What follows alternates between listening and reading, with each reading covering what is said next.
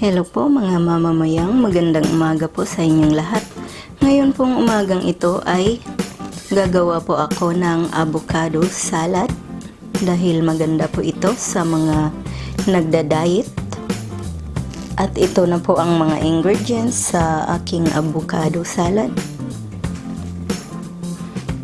Unang-una po sa aking mga ingredients sa avocado salad ay ang avocado, sibuyas na pula, kamatis, pipino,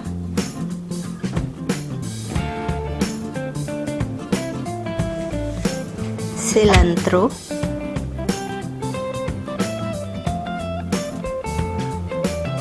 lime juice, mga 2 tablespoon na lime juice, at itong mangga,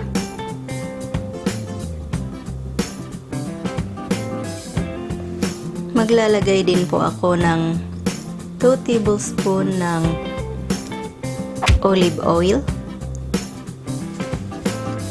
tapos asin na 1 teaspoon or depende po sa panlasa ninyo, kayo na po ang bahala, titikman-tikman nyo na lang po. At saka gagamit din po ako ng ground black pepper. Ayan na po lahat ng mga ingredients. Ngayon po ay maglalagay na ako ng malaking bowl sa mesa. Tapos ilalagay lang itong sibuyas, tsaka kamatis,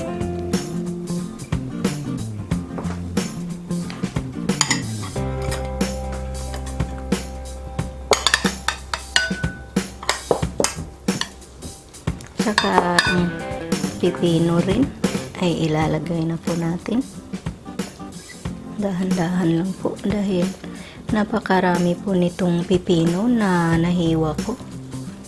3 piraso po, dapat po 2 lang para hindi umaapaw sa lalagyan. Yan, mga ganyan lang po karami ang aking ilalagay na pipino. Ngayon po ay gagamit po muna ako ng sandok para hahaluin to.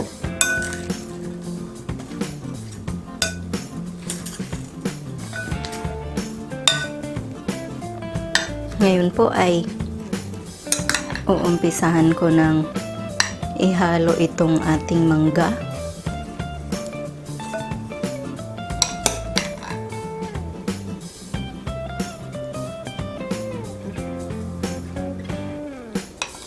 Napakasarap po nitong salad na ito. Sana ay subukan nyo tong gawin. Kasi pag nagda-diet po kayo, ito po, maganda po ito sa inyong diet. Tapos sasabayan nyo rin ng exercise. Napakasarap po nito. Pag natikman nyo, ay nako, talagang gagawa kayo ng paulit-ulit.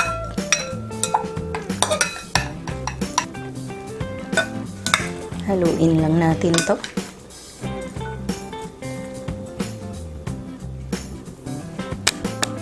Ngayon po ay isusunod ko na itong avocado sa paglagay dito sa ating bowl.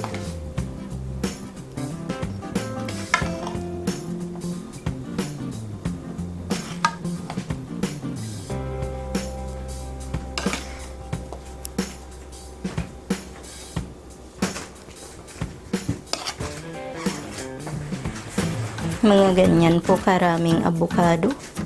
Ang dami-dami po kasi nito dahil masyado siyang malaki na pagka-avocado. Avocado. Ayan. Kasi Pinoy ako, kaya avocado po ang aking pag-pronounce. Kaya wag na po kayong magtaka. Yung iba, lalagyan ko na lang po ng condensed milk. Ngayon po ay ilalagay ko na itong lime juice.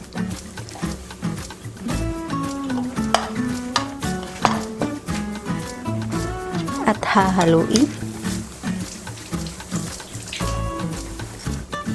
Aba, masyadong maliit tong lalagyan ko. Papalitan ko nga. Ngayon po ay ilalagay ko na tong cilantro.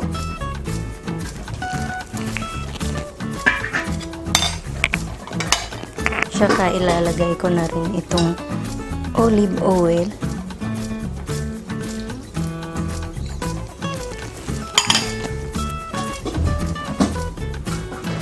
Extra virgin olive oil po yung ginamit ko.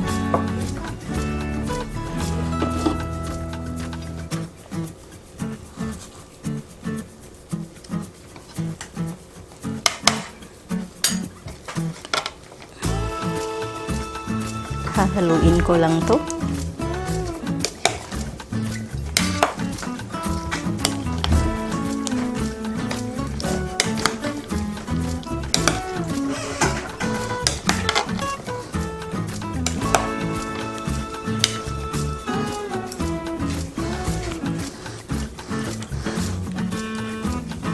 Ngayon po ay maglalagay na ako ng 1 teaspoon na asin. At hahalo-haluin lang po. Para magpantay po yung lasa mula sa ibabaw hanggang sa ibaba. Tapos maglalagay din po ako ng 1 teaspoon ng ground black pepper.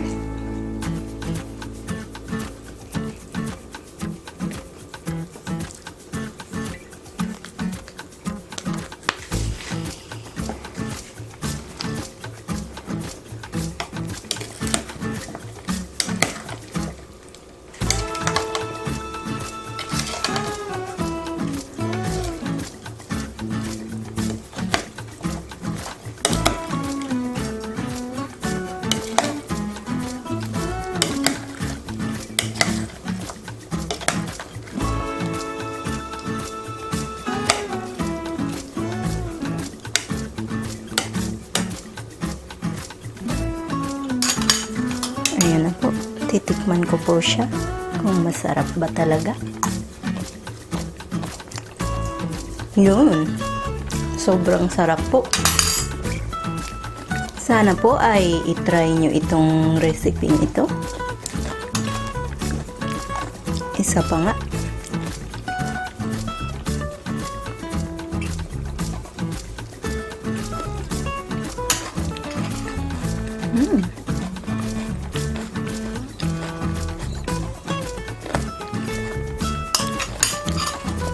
Masarap po. Hindi po ako nagsisinungaling. Sobrang sarap po talaga.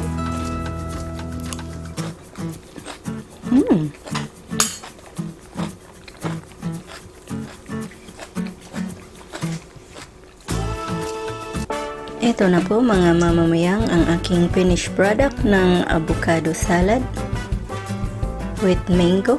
Yan. Sana po ay itry nyo ang recipe ito. Sana ay magustuhan ninyo. Maraming salamat po sa panunood. Ito po ang inyong Ate Mayang na nagsasabing mabuhay!